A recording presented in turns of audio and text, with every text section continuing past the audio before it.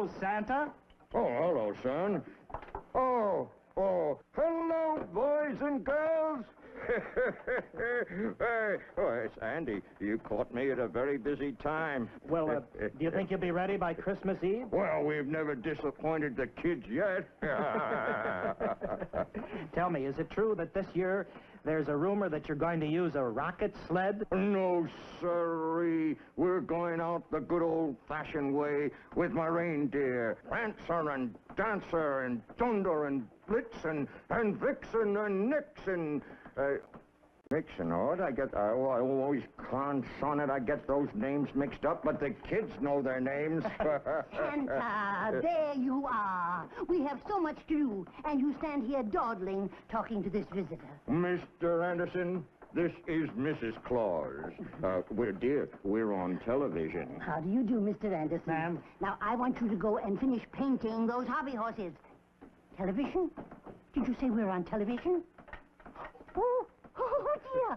Oh, why didn't you tell me? Oh, my hair's a mess. Hello there.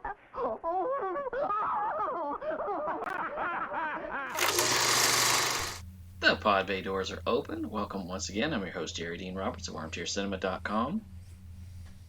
Seated here with my not-so-jolly co-host, based on what we had to sit through for this episode, the critic, dare I say legend, TalkMovieMe.com, Mr. Doug Heller. How the heck are you today, sir? I was never a child. You cannot prove it. There is no proof. Yes, start off our Christmas show with the German accent. That's great. There's no proof. Hey, it's better than what I could have done and gone with the actual Italian because it was an Italian movie. There's no proof. I have put Doug through a special kind of hell this year.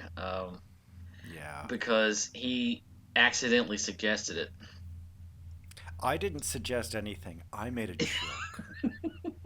It sounded pretty serious to me. You're seriously making me rethink telling you jokes. This is what happens when you send me a direct message while I'm at work. And I told him what we were going to do for Christmas episodes. And I said I want to do Gone with the Wind, and then just for fun, I want to do The Christmas That Almost Wasn't. And to which I said, The Christmas That Almost Wasn't. That belongs on a bill with Santa Claus Conquers the Martians and the Rene Cardona 1959. Now, doesn't it sound like he's suggesting these movies? Doesn't that sound like he's suggesting a package deal with these? Because we've done package deals before. It says to me that I'm equating them to awful and that we shouldn't do them. Because we've done these package deals before. But we had not touched on Santa Claus. And then he says, well, why don't we just throw in Santa Claus from 1985 with Dudley Moore just to round out the pain. And you become Anakin Skywalker. What have I done?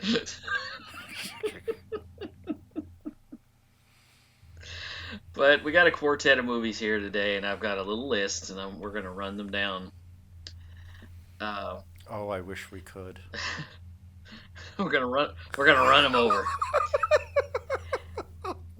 And we're gonna start with a movie I have deep problems with. Because our first stop on the Santa Claus quartet is Santa Claus Conquers the Martians from 1966. We're going there first. Okay. Oh, this is... I want to tell you something.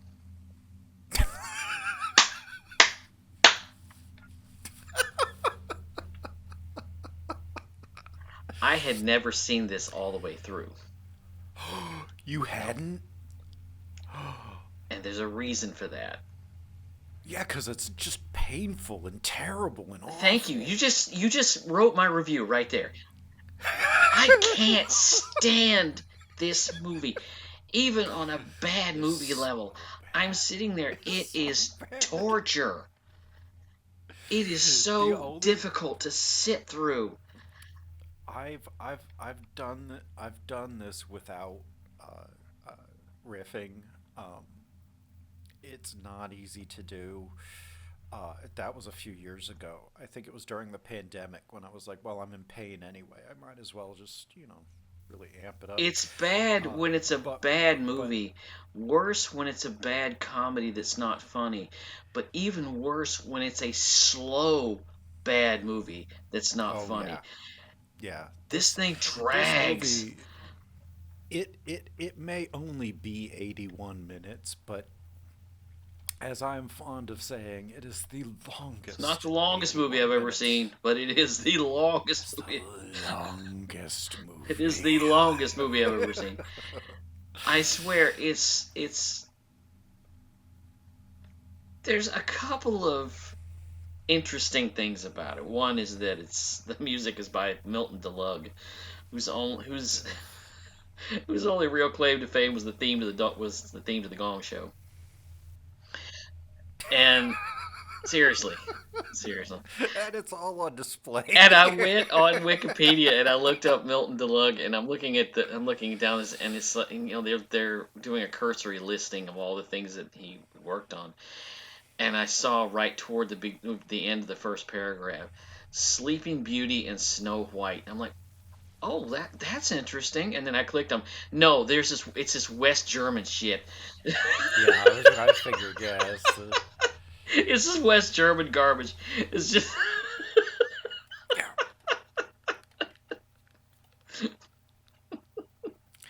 Yeah, You'll pick a finger on the spinning wheel. The great thing about the 70s, 80s, and 90s is if there was a popular cartoon, there were 16 really cheap Eastern European or Russian or if there was a knockoffs fairy of the tale. same- If there was a fairy tale that Disney covered, there are at least 13 to 15 different bad knockoffs, both animated and live They even action. did that with Anastasia when Don Bluth's bad movie about Anastasia came out. There were even worse movies from Oh yeah, overseas. yeah. It's kind of like remember when Aladdin came out and Good Times Video comes up with this version of Aladdin that's not Aladdin, that they had to put a label on the front of it to tell you this is not the Disney movie that's in theaters right now. Yeah. Which is exactly what they wanted you to believe so that you would go rent it. Yeah, so you would buy it, yeah. That's exactly why they do that, so that they confuse people into... But the other point of this is Pia Zadora. Which, kids, if you don't know who Pia Zadora was, in the early 80s, she was an actress. No, she's in this movie as a Martian child. She's a 10-year-old. And a couple of years later, when she grew up... This was her first movie. When she grew up, she was in her early 20s. The studio really had plans to prop her up as kind of a Brigitte Bardot type. Mm-hmm. And because she was young, she was beautiful, she had an exotic name. So they stuck her in this movie called Butterfly, and it was based on a book, one of those books that your mom would have read, those trashy kind of Harold Robbins style books that your mom would have read. And she has the distinction, I don't know if you call it that, but she has the distinction of having won a Golden Globe and a Razzie for the same performance.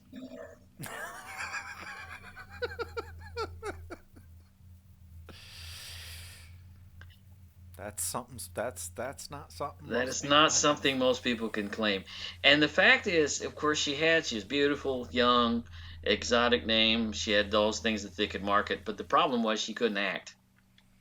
Yeah, no, not. And her career faded. She briefly made news when she married a man, and they bought Pickfair, which was the mansion that had been owned by Mary Pickford and Douglas Fairbanks. And they gutted it.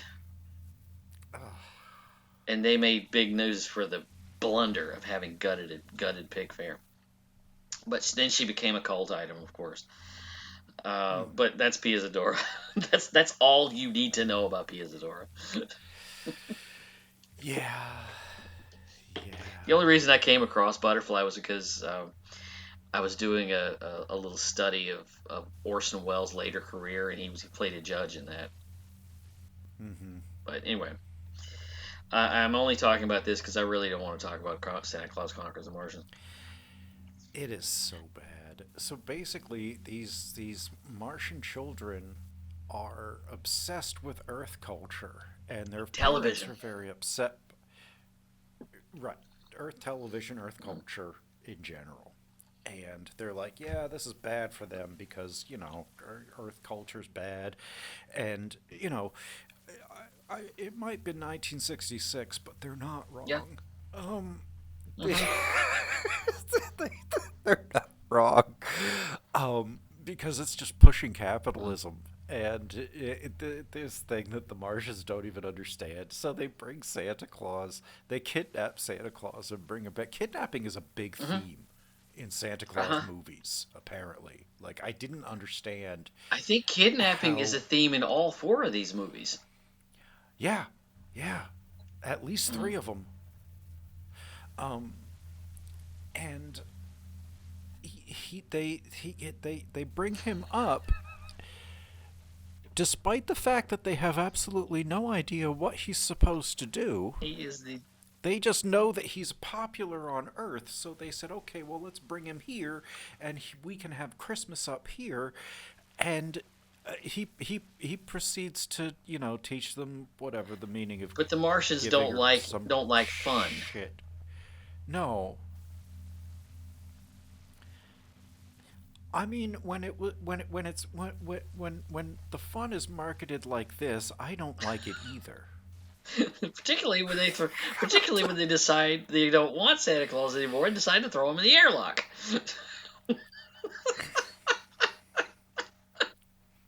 Honestly, I came to that decision way faster than they did. But honestly, I sat through this and I'm like, this is unwatchable.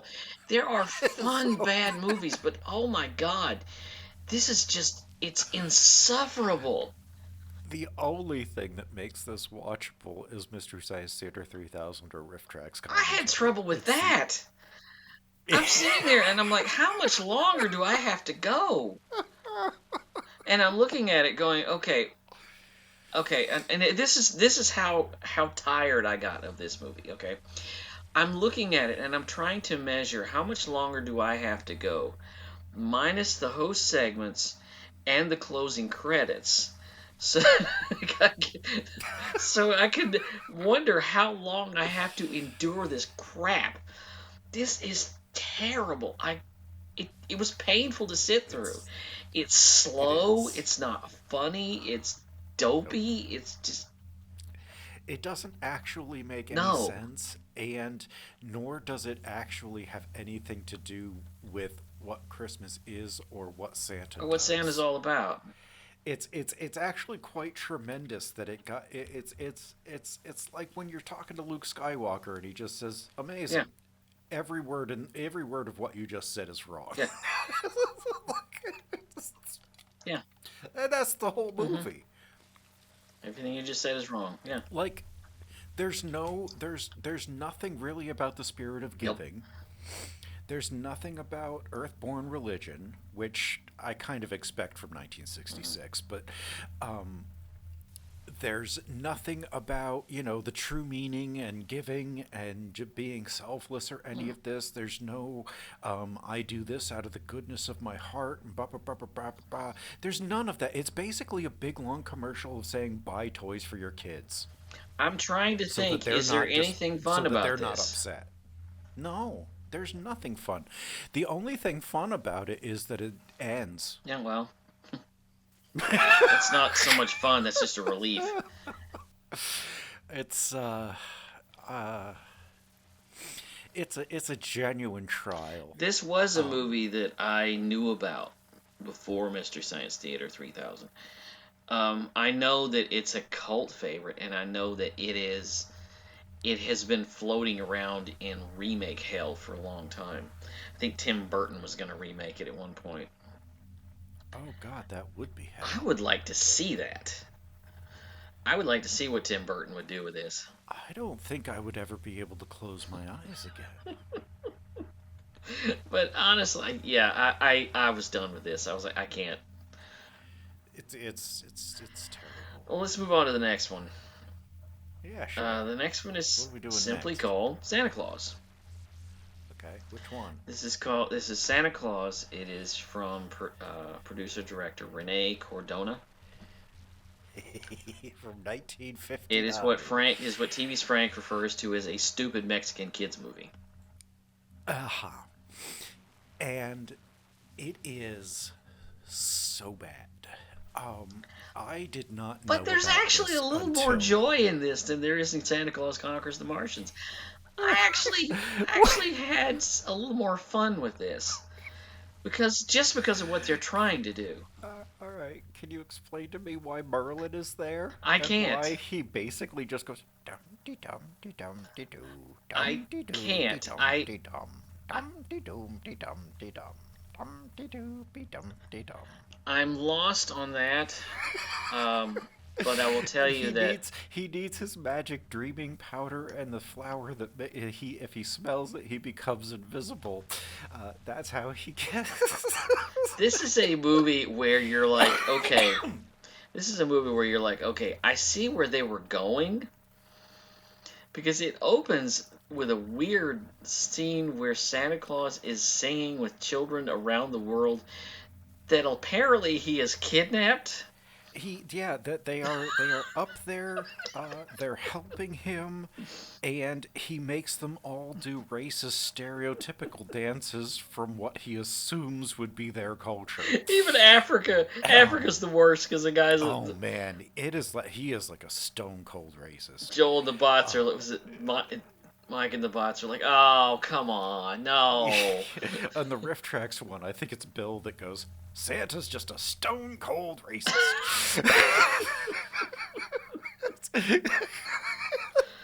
Because he's like, I have to hurry because it's Christmas Eve.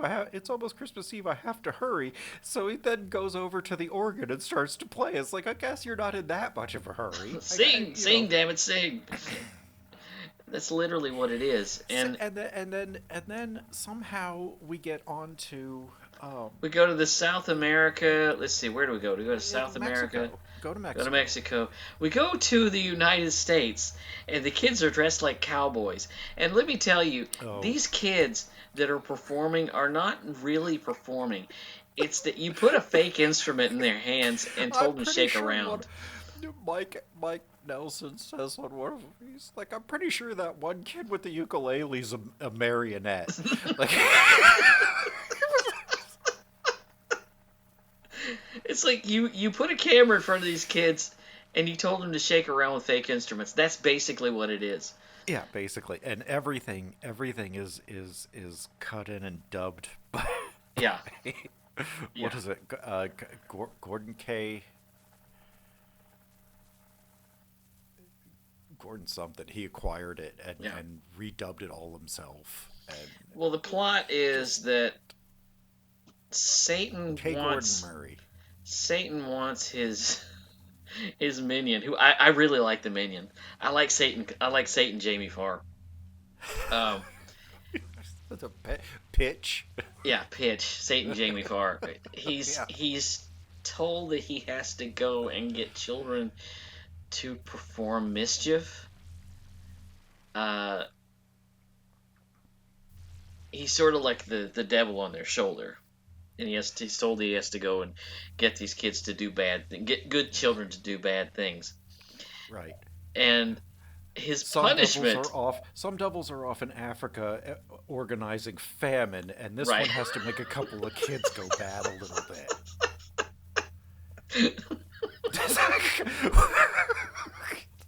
But his punishment is they'll make him eat ice cream if he doesn't. Right, because they prefer hot. Because of. Oh, and some of the images in this movie are terrifying. And they're all in Santa's little workshop because he has these little instruments. One of them is freakish kind of David Cronenbergian ear on a satellite dish. From I think it was Kevin. This is from the H.R. Geiger kitchen collection. Just a severed ear. Oh, what about the And 7-foot rag doll? the rag doll. Oh gosh, and the lips, the talking, and the eye that Yeah. scoops around instead of a I mean, it is just creepy as hell. It's horrifying. Again, you can see It's like kind it's of like that machine like minimized Steven Tyler's lips and Yeah. put them on the machine, just to Again, you can Google see the what pictures they good. were going for, but when it turned out, it just turned out creepy and weird. I love the narrator. No, Lupita. He's trying to get her to steal a doll. He's a very interactive narrator. Yeah. No, Lupita. And so the devil's trying to get this little Mexican girl to steal a doll, and she's too virtuous. Mm-hmm. She's 5. Yeah. She's poor. And she's poor as sin. Oh man, I think Oliver Twist had a better time. Like, I think Oliver Twist genuinely had more pocket money than this girl ever will see in her life. This is Tiny Tim could have helped her out. seriously. It's like, They're "Here, at a you take market. this crutch. You need it more than I do." They're at a You know. market, and she sees a doll on a cart. And it's what she's always wanted. Yeah. Just a dolly. This is how poor they're trying to make this family is that they can't even make a doll for her. Yeah. Which at this time period was probably more likely going to happen Yeah. in some places than others. I didn't even. There's no real sense to this because basically it's just this pitch devil just being a thorn in Santa's side the entire Yeah. movie. It's basically just he's annoying him, but Mm-hmm. if Santa gets touched by daylight, he's like a vampire and he'll be killed. Something. And his reindeers turn to dust. Like, he can only be on Earth on Christmas Eve. And if he's on Earth after Christmas Eve, he's stuck there. He has no powers, but he actually lives in a cloud above the North Pole in like some other dimension. And there's other castles on clouds in the area that the Rift Tracks guys speculate that he rents out to God. See, I have a feeling they had ideas. I have a feeling they mapped out some ideas. Listen, when K. Gordon Murray got a hold of it, who knows what he translated out and rewrote? I have a feeling they wrote it out, and what they were imagining was kind of magical. But what came off the screen, the mechanical reindeer. Oh, I mean, God, those are terrifying. Oh, God, those are terrifying. It's like styrofoam, but then they have like lifelike eyes. And they move laugh. Their legs, but the legs don't actually hit the ground. Yeah, they just run. They just hovering and then they run and oh. Yeah. Just, I would love, and I can't find the Mexican original Spanish language I was looking for that. version. I can't even find it. Yeah, I was looking for that. It was never released up here in any other form. Oh, the K. Gordon Murray version. Honest to God, I can tell you, it can't be any better. Oh, it can't be worse. It can't be better or worse. It's. Well, This is just a fever dream. Yeah. This is just the weird, creepy looks that Santa always gives. the weird winking. It's just the guy that they had playing him was just too creepy. I'll say this is not the worst movie that ever appeared on Mystery Science Theater 3000, but top 10. No, I think Top that's 10. Red Zone. I think that's Red Zone Cuba. No. Monster a Go-Go, Oh, that is pretty awful. because that's not even really a movie. Not really. It's literally it's 35 minutes of stuff put together, and then the back half of the movie is nothing but stock footage. Pretty much, yeah. It has one of the greatest blunders I've ever seen in a movie, where they cut to a telephone ringing, and it's not plugged in, so you just hear somebody off screen go, "Pop," and it's it's like, unbelievable. I was like, oh my god. Yeah. But yeah, this is just a fever dream Yeah. of terror and atrocities, which leads us into another fever dream of atrocity that kidnapping figures very heavily in.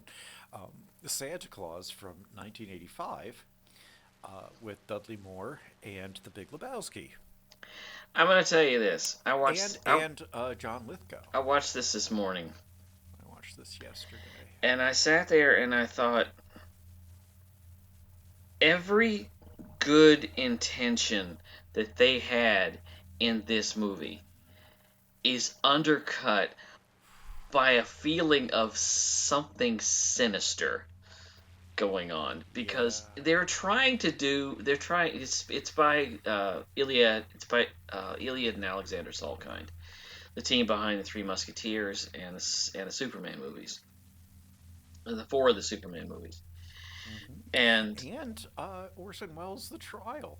yeah, Oddly enough, but the big one is the Superman the Superman. quadrilogy. And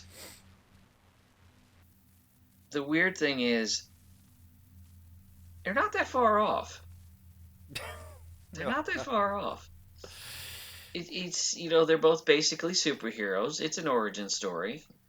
They live at the North Pole. They battle bad guys. I mean, it's the same idea. Well, yeah, The beginning. except- The funny thing is, you can see the money in this movie. When you see the beginnings of this, you go to his origin is so backwards. He is a man, and this is owing to the real origins of Saint Nicholas. Okay, in the fact that he would go around at Christmas and he would give toys to little children, and that's what he does in this movie. And Santa Claus is played by the Big Lebowski, David Hiddleston. Who will forever be known for the Big Lebowski and Blazing Saddles. Yes. Because I kept waiting. All right, we'll take them, but not the Irish. I kept waiting for Prairie Ship. I kept waiting for him to say, blow it out your ass, Howard. But one of my favorite parts was when Burgess Meredith walks up to him and he's basically telling him, so they kick up this bad storm, and then they kidnap the man. Mm-hmm. No, he dies. He died. Well, they foist immortality on him and say, all right, you have to work here for the rest of eternity. Yeah, he and his wife are on their way home, and they're out doing their rounds, and they get caught in a snow blizzard, and they freeze to death, and they are brought back to life by elf magic. They call them something, I don't know what. Or they were close to death and they got discovered, but they were waiting for them, like they were prophesied to be. They pull them in and they tell them that basically he's like, oh, this is interesting. Look at all this. Look at all the toys. This is interesting. There's all the toys. How are you going to deliver these? Well, you're going to do it. Oh, I couldn't do that. I mean, I wouldn't live long enough to do all of that. He said, oh, you're going to live forever. Yeah. You're just going to do this in one night. They just foisted on him. Night perpetually follows you until your job is done. I was like, oh my god. Yeah, here's the back and forth, because this movie is all back and forth. They tell him, he says, "How can I possibly?" He finally answers the question we've always had: How does Santa Claus do it all in one night? And he says, "Time travels with you until your mission is done." But I'm thinking in the back of my head, wait a minute.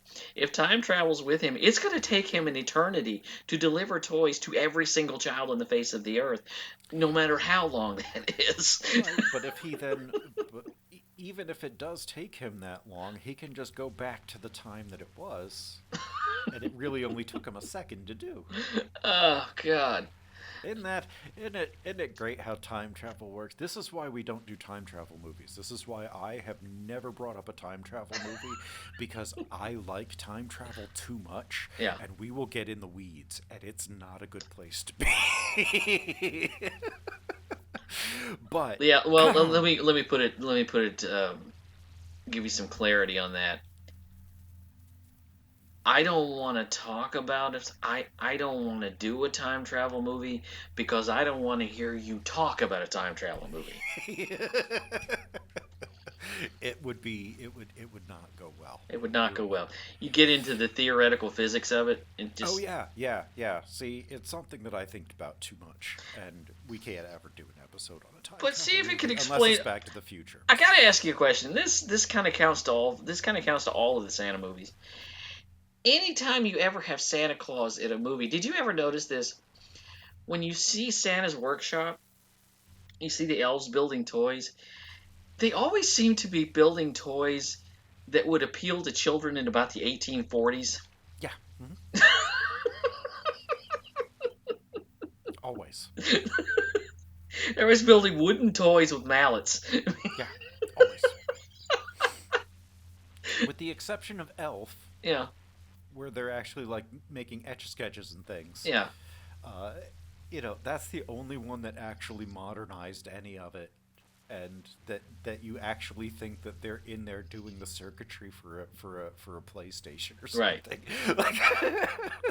But any other time, it's like this 19th century that thing. They were doing it, but everything else, yes, everything else is like 19th century, and oh, I have a gift for you, and it's a wood carving. And it's like.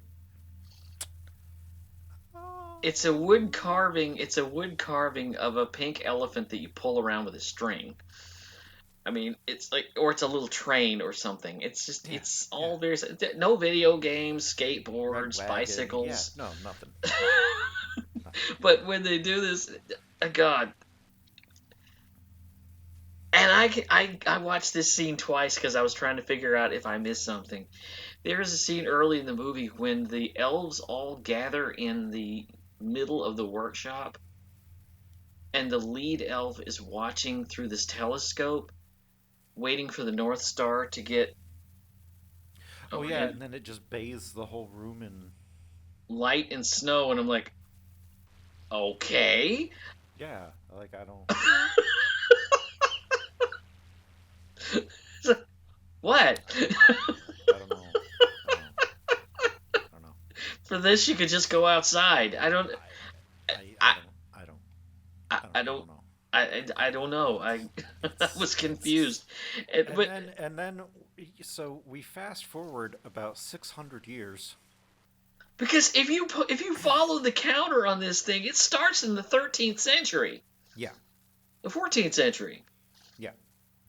They like go back, and it's like 600 years that he's doing this. So then it goes to now.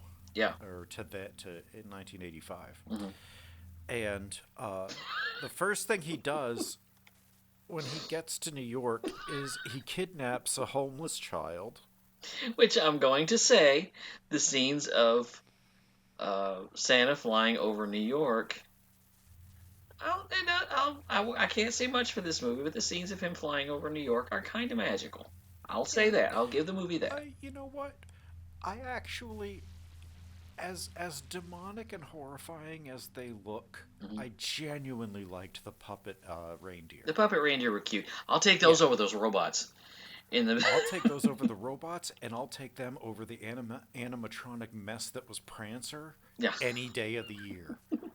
Yeah, these are like little Jim Henson style Oh, puppets. I fucking hate Prancer.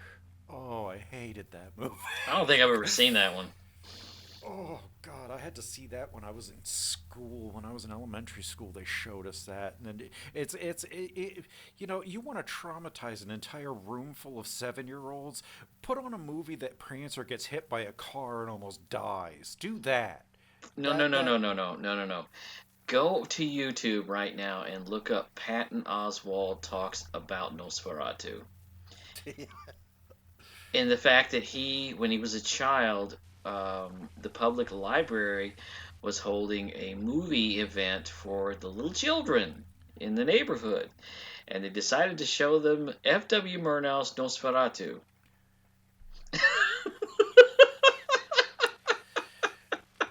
I can only imagine, but Yeah. having been a 7-year-old, watching Prancer get hit by a car and almost die, Yeah.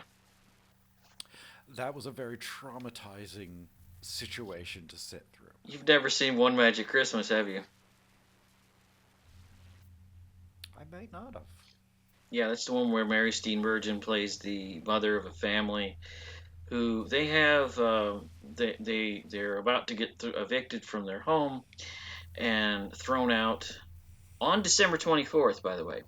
Of course. And of course, the father goes out to try to fix the situation, and with the two children in tow, ends up in the middle of a bank robbery.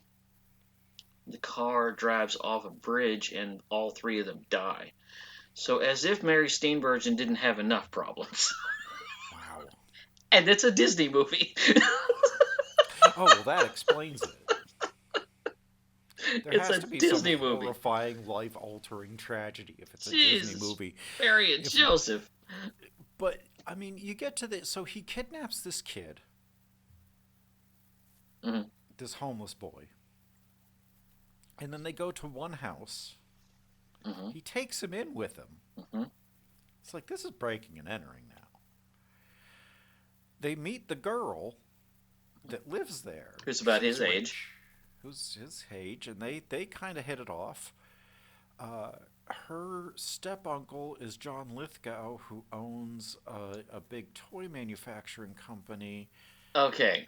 Let me talk So about this John is Lithgow for a This second. is a genuinely half-assed attempt in the middle of Reagan's America to go after capitalism. Let me tell you something.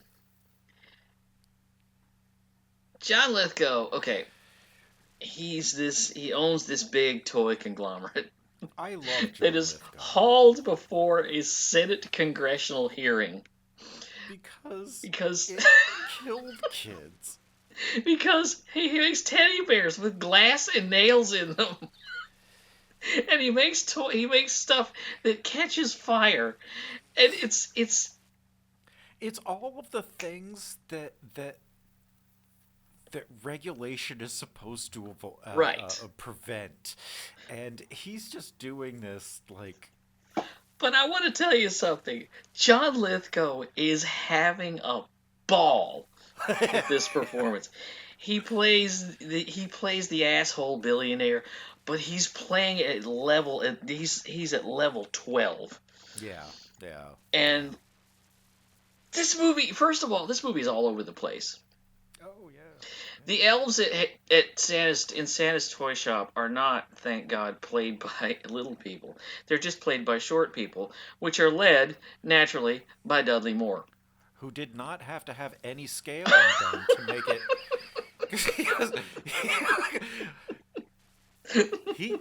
I actually hear he wore lifts for this. Yeah. Dudley Moore was a little guy. Dudley Moore was a short man. But he plays an elf named Patch who has an idea to speed up Santa's production. And in a very sad, unfortunate montage, the toys that he's sending out start to break, and there are sad children. Yes. So they come back. But wait a minute. This is after Burgess Meredith goes through his whole thing. Oh, this is part of the origin story, yeah. And makes him eternal. And I sit there as they're cutting back and forth The only thing in my head is, "You're a bum, Santa!" Cuts back, "The bum's lost, Mr. Elf!" That's all I had in my head. Yeah. He plays like the elder elf. Yeah, he's the elf or statesman. Yeah. Now, was it Dudley Moore's idea to just say, like, elf confidence and elf assured and elf taught? Was that him? Because it feels very much... He's the only one that does it. And I feel like he thought that this was going to be really funny, and it wasn't. Did you notice that all of the elves are men?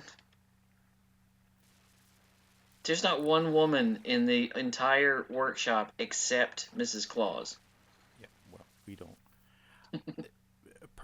Perhaps there's a darker side to elven production that we were just unaware of. Once again. Maybe he makes them out of clay and breathes his evil life into them. I don't know. Once again, this is a movie where every good intention has a sinister undertone. Really? Everyone. Every single thing. Every single thing. Every time he smiles at Santa, I'm thinking some child is getting kidnapped on an island. Right. Like, here's what I don't get. There's decisions made in this movie that the little rich girl and the little poor boy get to go ride on Santa's sleigh. And afterwards they tell their friends and they start getting bullied. Yeah. Why was that necessary? Because they're defending Santa after all the toys broke. But they rode with Santa Claus, and they're like, yeah, but they hate Santa Claus now. But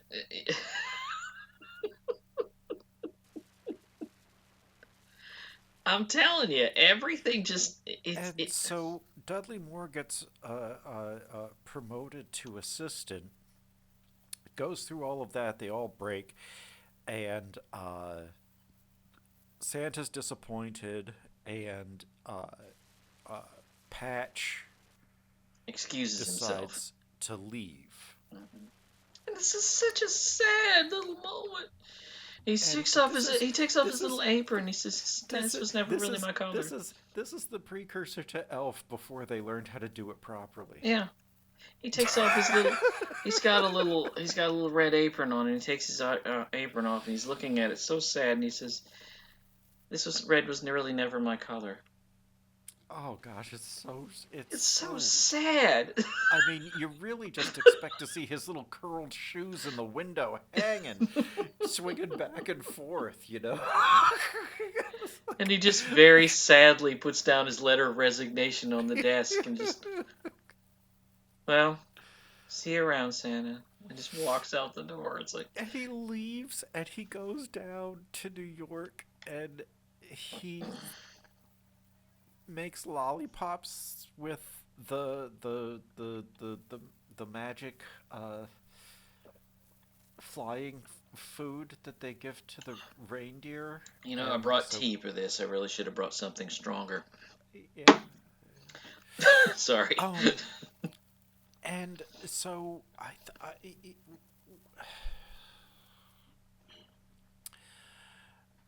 so now Santa Claus is all depressed because nobody likes him anymore. And when Santa Claus gets depressed, he gets depressed. It is a commercial for Zoloft. I mean, it's... Oh my God. I seriously thought that they were all just going to start drinking Kool-Aid and just die. Like, I thought this was going to end Jim Jones style. Just absolutely. The tone of this movie is all over the place. Yeah, I mean, it really wants you to have fun, but it really doesn't give you any opportunities to do so.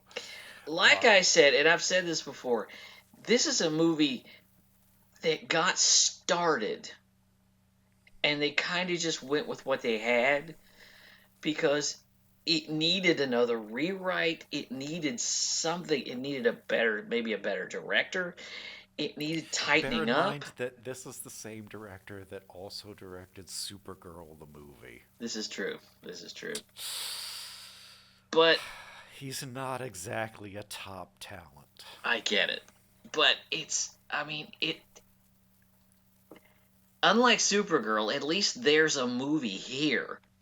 But you're just like, okay, you can't find a tone. It's badly written. There's implications that obviously the filmmakers didn't intend. It doesn't have a real crisis. No. It's flat. Production wise, it's wonderful, but writing wise, it's flat. It doesn't really go anywhere. Nope. Things happen, but they're not really that interesting. Yeah. I was actually going to talk about this movie last year, just by itself, but I watched it and I was looking at it, I was like, this is too distressing to sit through by itself. It really is upsetting. Look, and his depression is actually mild compared to the one from The Christmas That Almost Wasn't. I mean, that Santa's damn near suicidal. Yeah. Like, which that leads one's us given up entirely. Which leads us into our final film. Now, see, this is the one that I'm like, what made you decide? What on earth? How? Where? What? I was watching. Why? I was listening to a podcast a couple of weeks ago, and they mentioned these guys are a little bit older than me. So they mentioned having seen the trailer for this in theaters and being disturbed by it because it opens with a very downtrodden Santa Claus walking down a sidewalk, and a very happy man says, "Shouldn't you be at the North Pole right now, getting ready for Christmas?" And Santa looks up very sadly and says, "Christmas isn't coming this year." Cut to an evil man stomping on a Santa Claus sign. And I was like, oh, I gotta see this. Now, of the four that we've done, only the last one, the 1985 Santa Claus movie, has not been riffed by Mystery Science Theater 3000 yet. Riff Tracks. This was done when they brought MST3K back for season 11. This was their Christmas special. Yeah. So I got to see it a number of years ago via that route. And again, a full third of this movie takes place in a dingy one-room house. Like, there's nothing to look at. Everyone in the movie's ugly. Every single one of them. Welcome to a Christmas movie from the 1960s. Because that's what this is. And it's Italian. Which I also tried to find the original Italian to see if that did. No. What they did was they spoke English with Italian accents, because you can tell they're actually speaking English. Well, it's dubbed, and in 1966 in Italy, that's basically what they did. And a lot of times they would actually shoot silent, with the people just mouthing words. Sergio Leone didn't even make them do that. He just had them do the dialogue in whatever language they spoke, and then he just overdubbed everything in English or whatever language it was going out to. But it sounds really like some of the actors probably did actually dub themselves. But it sounds like really bad ADR. Oh, terrible. Yeah.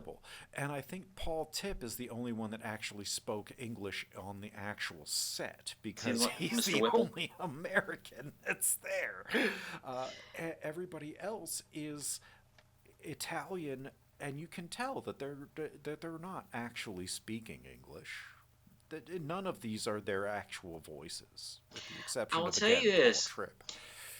Has this ever happened to you? You're sitting there and you're watching a movie from decades ago, and you're sitting there watching it, and all of a sudden something will happen, and you'll say to yourself, I've seen this.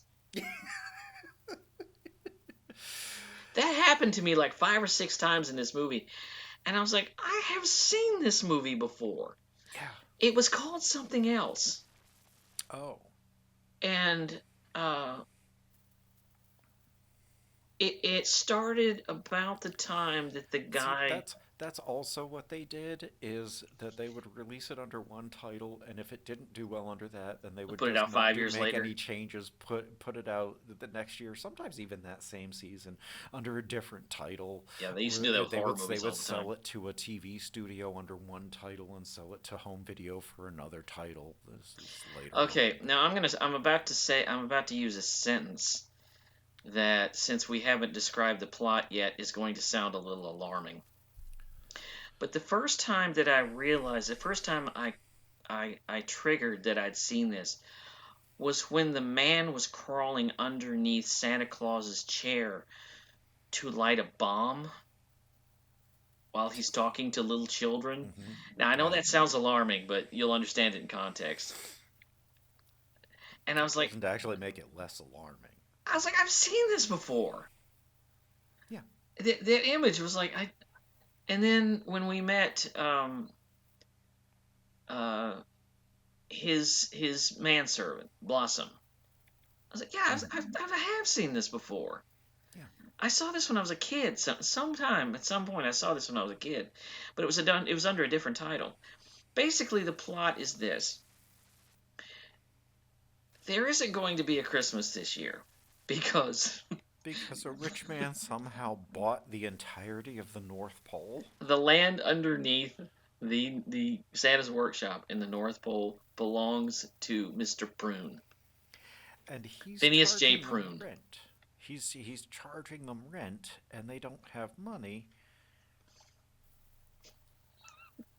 So he's going to throw Santa out if they don't pay it by December 24th, by the way. So I have a lot of questions here. First of all, why on earth did the governments of the United States, Canada, and Russia actually sell the North Pole? It is a strategic location that is controlled, that is kept neutral specifically because it is too good of an invasion point to get into. Right. So how did some guy from Italy buy the North Pole? You are applying logic to a crappy Santa Claus movie from the 60s. But basically, he owns the land under Santa's workshop, and how much is he charging him? I don't know. I don't remember. They never actually say a number. But he has to raise the money. Sam Whipple's such a bad. He's a lawyer, and he's such a bad lawyer. He doesn't actually charge anybody for anything. It's all pro bono. Yeah, he doesn't send out. He forgets to send out invoices because he's an idiot. Yeah. And this is the man that they contract to help save a man who can't even send his own billing invoices. Right. And basically they engage him to come up and try to get Mr. Prim to appeal to his better nature and just get him to drop pursuing the rent. None of this has anything to do with anything. Well, it doesn't work because there's no evidence in Santa's files that Mr. Prune was ever a child. See, that was the greatest part of this for me, was because he's like, you can't prove I was ever a child. There's no proof. And I'm like, there is an order to this. In order for you to be an adult, you had to be a child first. I mean, does he think he's Athena and he just burst from the head of his father? Like, what? It's like Venus. He just appeared out of nowhere. Or like Athena or Zeus when they burst out of Cronus's head. Yeah. It's like, I think I'm mixing your Roman and Greek gods, but you get the point. I'm enjoying the vein that is sticking out of Doug's forehead right now. this whole thing is just so. Oh, and it's a Santa musical, decides, by the way. so yeah, well, of course, because it's a 1960s Santa Claus movie. The Santa Claus Conquers the Martians had too many songs in it too. It looks like, and to give you an idea, it looks like some weird ersatz Disney movie. Yeah, and like so somehow or other they decide Santa needs to get a job. Hmm. Now, I never gave now thought to Santa getting paid. let let let me also go with this. So I don't know how much he owes. Right? Uh-huh. But He it's 1 week's decides pay for the job that he he has. decides he's gonna go do a week's worth of work somewhere It's 1 week's at pay. some unknown pay rate. And Sam gets a job too as a janitor He because gets a job as a janitor. apparently he just can't send out his invoices and collect. So apparently Okay, a there's minimum being wage good-hearted. job. Let me there's being good-hearted, but then there's running yourself into the poorhouse, So which is what Whipple's doing. So how long did he know he needed the rent, and how long did he put off trying to get it? That's And what I want to know. how long did how closely did Prune start And tightening and in on the date? and correct me if I'm wrong. But if this had not ended the way that it did, would they not then have to pay him in January and the whole damn thing would start over again?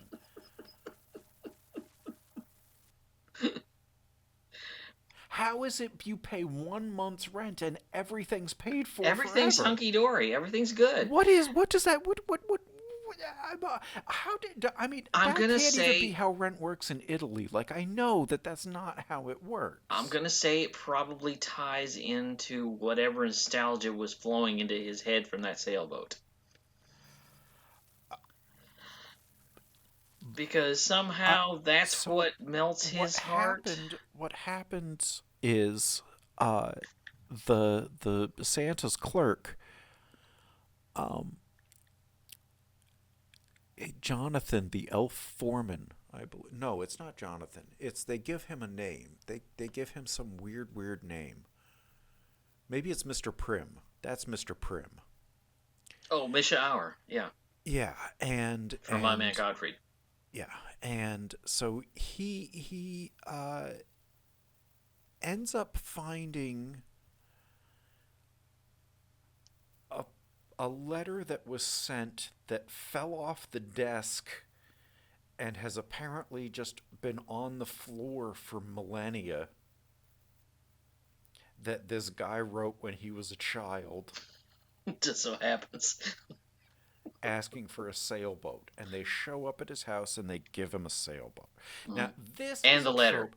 This is a trope that has been used in countless Christmas movies. I don't Oh, know yeah, if you it got the- started here or if it's just this is just one of the or if this just took more of the, because this is just like a standard trope. The He, greedy it's- miser gets the toy he asked for. and so, yeah, Santa Claus made a mistake, and all these years this guy has been forged in the fires of hatred, and all of a sudden this one thing that he has no use for now Yeah, says, "Oh, a present for me?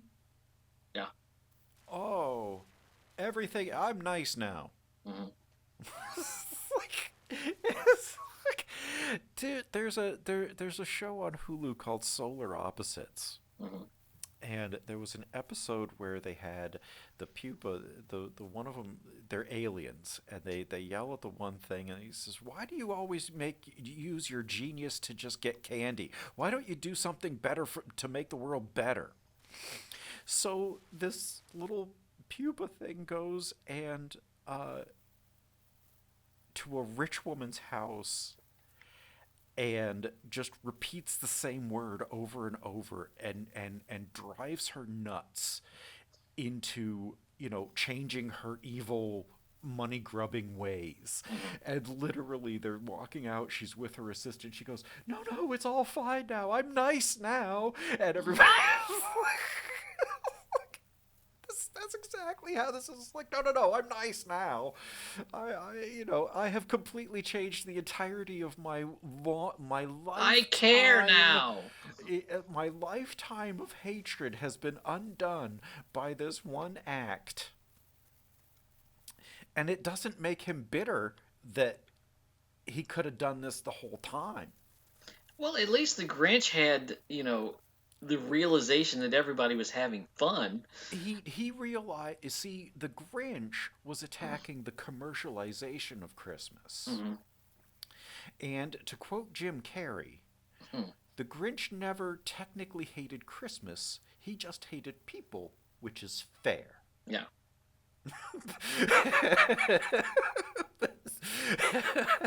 So it works. Mr. Fair. Scrooge literally hated Santa Claus. And therefore hated all children as a result. Yeah. I don't really know how that extends, but... Again, you're questioning a movie from the 60s about Santa Claus. An Italian movie. An Italian from the 60s. movie. Yeah, because when you put this on, the title is actually in Italian. Yes. Because you texted that to me. Yes. I said, and I texted it to you, and I said, fuck you. With a hearty fuck you. And I sat down and watched it, and I'm thinking, you know what? For what this is, I'm actually kind of enjoying this. No, you earned the fuck you. I'm sitting there last night and watching this. I'm like, I'm actually kind of enjoying this. It's the kind of craptacular movie that I sat in front of as a child. This is the only one of the 4 movies that I actually enjoyed. Well, that makes one of us. Glad you had a good time. That makes one of us. That's all I got. What do we have coming? I have no idea. What do you got coming? This was my choice. This was all on me. Yeah, it was. So what tumbles out next time is all on you. That. The next episode, we're going to wrap up the year. We're not going to do what we normally do and do our best of 2025 because neither one of us has seen the best of 2025 yet. I haven't seen that much. We're painfully behind in our screeners. So I have thought we'll make ourselves a list of the movies that celebrated big anniversaries that we just didn't get to.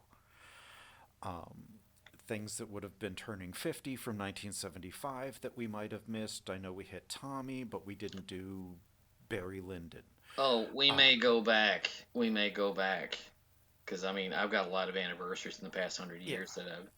But I think what we might do is just put together a list of what we missed and what we would have liked to have talked about, or what we would have talked about if the other person didn't hate the movie that we wanted to talk about. Or something that we just didn't think there was a conversation in. Or something like that. So just things that celebrated an anniversary. And if that doesn't go through, then I think maybe we might do a Rob Reiner tribute. I've already got some movies running through my head because we never got to Toy Story. No, we didn't. Somehow. We're leaving Las Vegas. Hey, Toy Story 2's next year, though. Yeah. So, okay. Kind of do the whole thing then. Do the whole thing then. But yeah, so we have some possibilities coming up. I'm not really sure exactly where we're going to fall, but hit the like, subscribe, notifications buttons down there, and tell your friends, tell your enemies. I don't care. I don't care. Just get the word out. Happy for it. We thank you so very much for listening, and the Pod Bay doors are now closed. Hooray for